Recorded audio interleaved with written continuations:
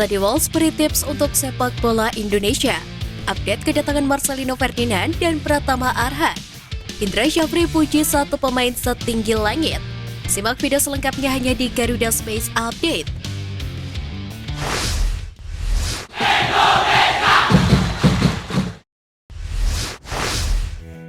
Ketua Umum PSSI Erick Thohir enggan menjadikan skuad Garuda Muda yang belum lengkap sebagai alasan kekalahan atas Lebanon. Ex-Presiden Inter Milan tersebut menilai pemain yang dipilih harus menerima konsekuensi untuk memberikan penampilan terbaik dan menjawab kepercayaan pelatih. Untuk itu dia berharap timnas Indonesia U22 tampil lebih baik di pertemuan kedua kontra Lebanon pada hari Minggu besok. Erick Thohir lantas berharap Rizky Ridho dan kawan-kawan mampu meningkatkan mental, fisik, dan kebersamaan mengingat gelaran SEA Games tinggal menghitung hari. Pelatih timnas U22 Indra Syafri memberikan pujian kepada sang gelandang Ananda Raihan setinggi langit meski harus menelan kekalahan atas Lebanon dengan skor 2-1. Indra Syafri menilai Ananda Raihan mampu tampil apik di pertandingan itu. Pelatih berusia 60 tahun itu memiliki harapan besar kepada Raihan agar bisa menjadi bagian di skuad SEA Games 2023. Di sisi lain, Indra Syafri memastikan bakal melakukan evaluasi untuk menjalani laga kedua kontra Lebanon. Ex-pelatih Evan Dimas di timnas U19 itu menyebut timnas Indonesia U22 melakukan banyak kesalahan dari sisi umpan.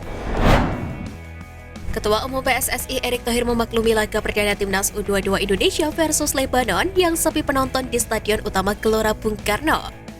Erick Thohir menilai hal tersebut tak terlepas dari kondisi saat ini yang tengah berada di bulan Ramadan. Selain itu, laga tersebut juga dianggap Erick Thohir bukan laga besar. Diketahui timnas U22 Indonesia akan menghadapi laga kedua kontra Lebanon pada hari Minggu besok, serta menjalani uji coba terakhir menghadapi PSM Makassar atau Dewa United pada 18 April mendatang. PSSI mematok target timnas Indonesia tampil di Piala Dunia 2038 tanpa status tuan rumah atau lolos lewat jalur kualifikasi. Hal tersebut disampaikan Ketua Umum PSSI Erick Thohir saat memperingati Hari Ulang Tahun atau HUT PSSI ke-93 yang dilangsungkan di Stadion Utama Gelora Bung Karno. Dalam kesempatan yang sama, Erick juga membocorkan sedikit isi blueprint Garuda mendunia. Salah satunya adalah target Indonesia masuk peringkat ke-45 dunia. Agar target itu tercapai, sistem kompetisi sepak bola Indonesia harus dibenahi secara serius. Tak hanya di level tertinggi, tetapi kompetisi sudah dimulai dari level usia muda. Skema mengejutkan bisa saja terjadi di Piala Dunia U17 2023.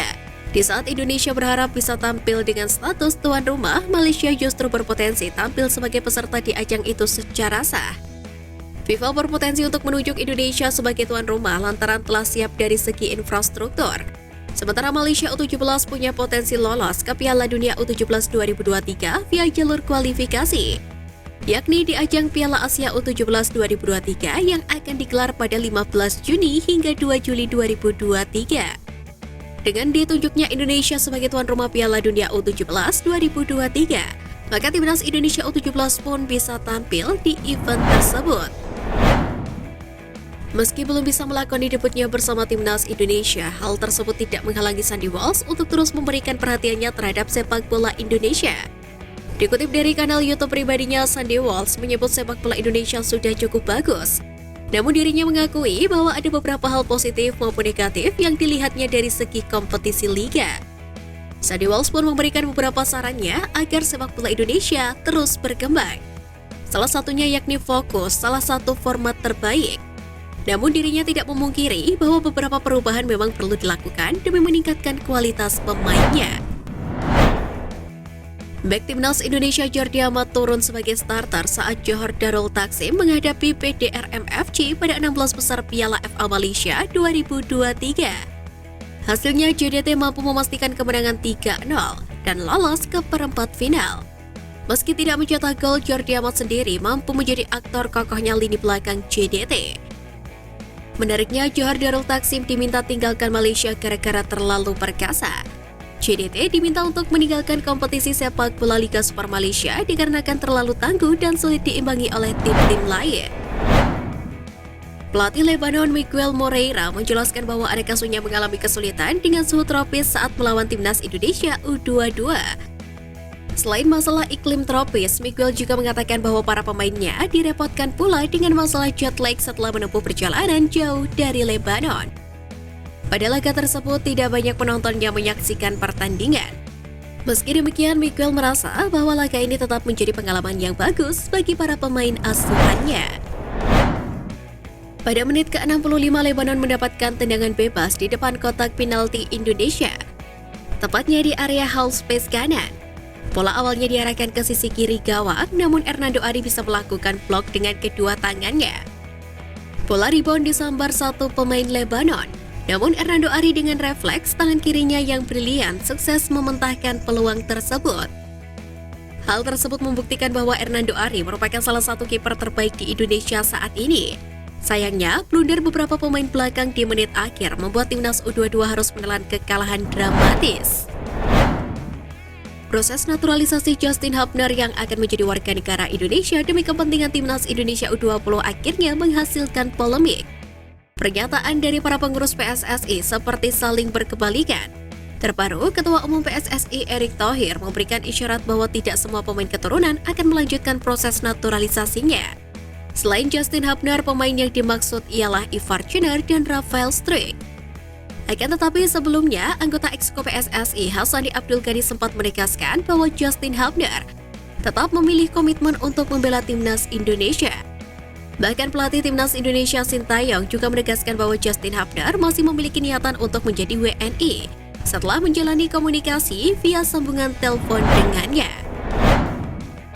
Pelatih timnas U22 Indra Syafri memberikan update tambahan pemain untuk memperkuat skuad Garuda Muda. Indra Syafri menyebut Marcelino Ferdinand dan Pratama Arhan belum bisa bergabung hingga laga uji coba terakhir pada 18 April 2023. Akan tetapi Marcelino diyakini bakal kembali ke Indonesia pada 23 April 2023 mendatang. Sementara, kepastian kapan Pratama Arhan akan bergabung timnas Indonesia U22 belum ditentukan. Indra Syafri mengaku masih menunggu surat resmi dari klub yang menaungi Arhan, yakni Tokyo Verdy. Federasi Sepak Bola Asia Tenggara atau AFF akhirnya secara resmi memilih Thailand sebagai tuan rumah Piala AFF U23 2023. Pemilihan ini lantaran melihat infrastruktur serta stadion yang akan digunakan. Dan Thailand telah lulus verifikasi pihak AFF. Sebelumnya, Vietnam masuk dalam daftar tuan rumah Piala AFF U23 2023. Namun pihak AFF tidak memilihnya.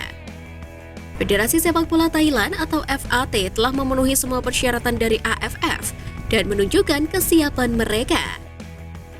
Dilansir dari Soha, Piala AFF U23 2023 dijadwalkan bakal berlangsung pada 31 Oktober hingga 12 November mendatang. Dalam sejarahnya, Piala AFF U23 tercatat baru diadakan sebanyak 3 kali, yaitu pada 2005, 2019, dan 2022. Sekian Flash News kali ini Sobat Garuda, mari terus dukung perjuangan timnas Indonesia. Nantikan Flash News Edition dari Garuda Space selanjutnya. Terima kasih dan salam olahraga.